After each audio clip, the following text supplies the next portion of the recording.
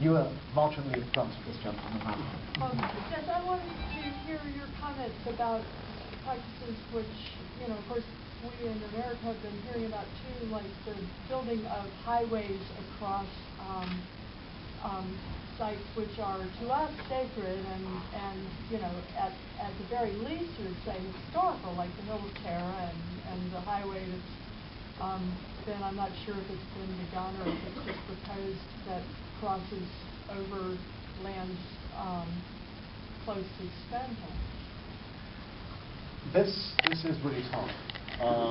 These are not issues to which there are easy answers.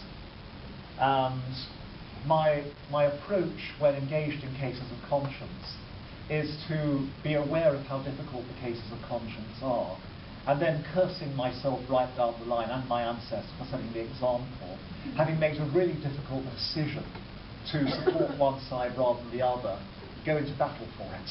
And that's what happened with environmentalism. I'm part of this story, not the Tara thing, but the British dimension. It is a difficult problem. If you have a nation which depends on communication and which has a transport system that needs, many would argue, to be updated to take account of a larger and larger population with a more and more sophisticated lifestyle, that is electing governments that are committed to preserving it, how do you weigh up the benefits of putting a huge highway around a congested town for which traffic no longer flows, with the destruction of natural environment and historic sites along the route? In the last analysis, a people has to decide this by democratic vote. And then when the people decides the democratic vote is going to destructive action, the defeated side has a civil right to go and protest against it and try and slow it down. And so I watched at Newbury, which was the great decisive battle in the 1990s, and exactly what I described happened. As the decision was taken democratically that that highway should be built. And it was the protest in which pagans were involved with a higher visibility than any other. And I stayed away initially, thinking I'm middle-aged, even then, I'm too busy. And then suddenly I thought, oh heck.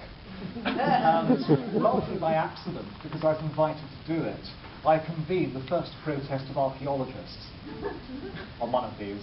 My Druid friends turned up to witness it, but I wasn't there as a Druid or as any other kind of pagan. What I did was put up a microphone in front of a vast crowd, including lots of mass media, while 6 of the top archaeologists in the country said one by one, archaeology will no longer be the handmaiden of developers. We will be allowed, we've always been told we're allowed to dig the sites ahead of the diggers before they're destroyed. We're actually going to refuse to do it from now on, or we don't regard the development as ethical. They've never done that before. Wow. And it made a sensation. But not as much as the Druids and protesters, who fought such a long drawn-out, non-violent war of direct action, of slowing down the development, putting tree houses up in every tree that was going to be cut down. But they made that project cost so much more than budget had arranged. The government cancelled all the future road building schemes.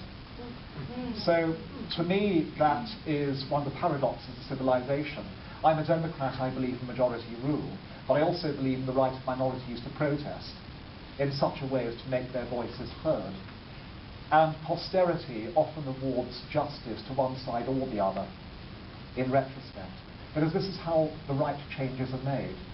These are the protests by which the great advances in human rights made in our cultures over the last half a millennium have been achieved.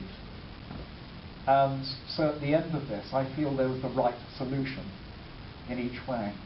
It's a long answer to your question, but it's a pivotal one.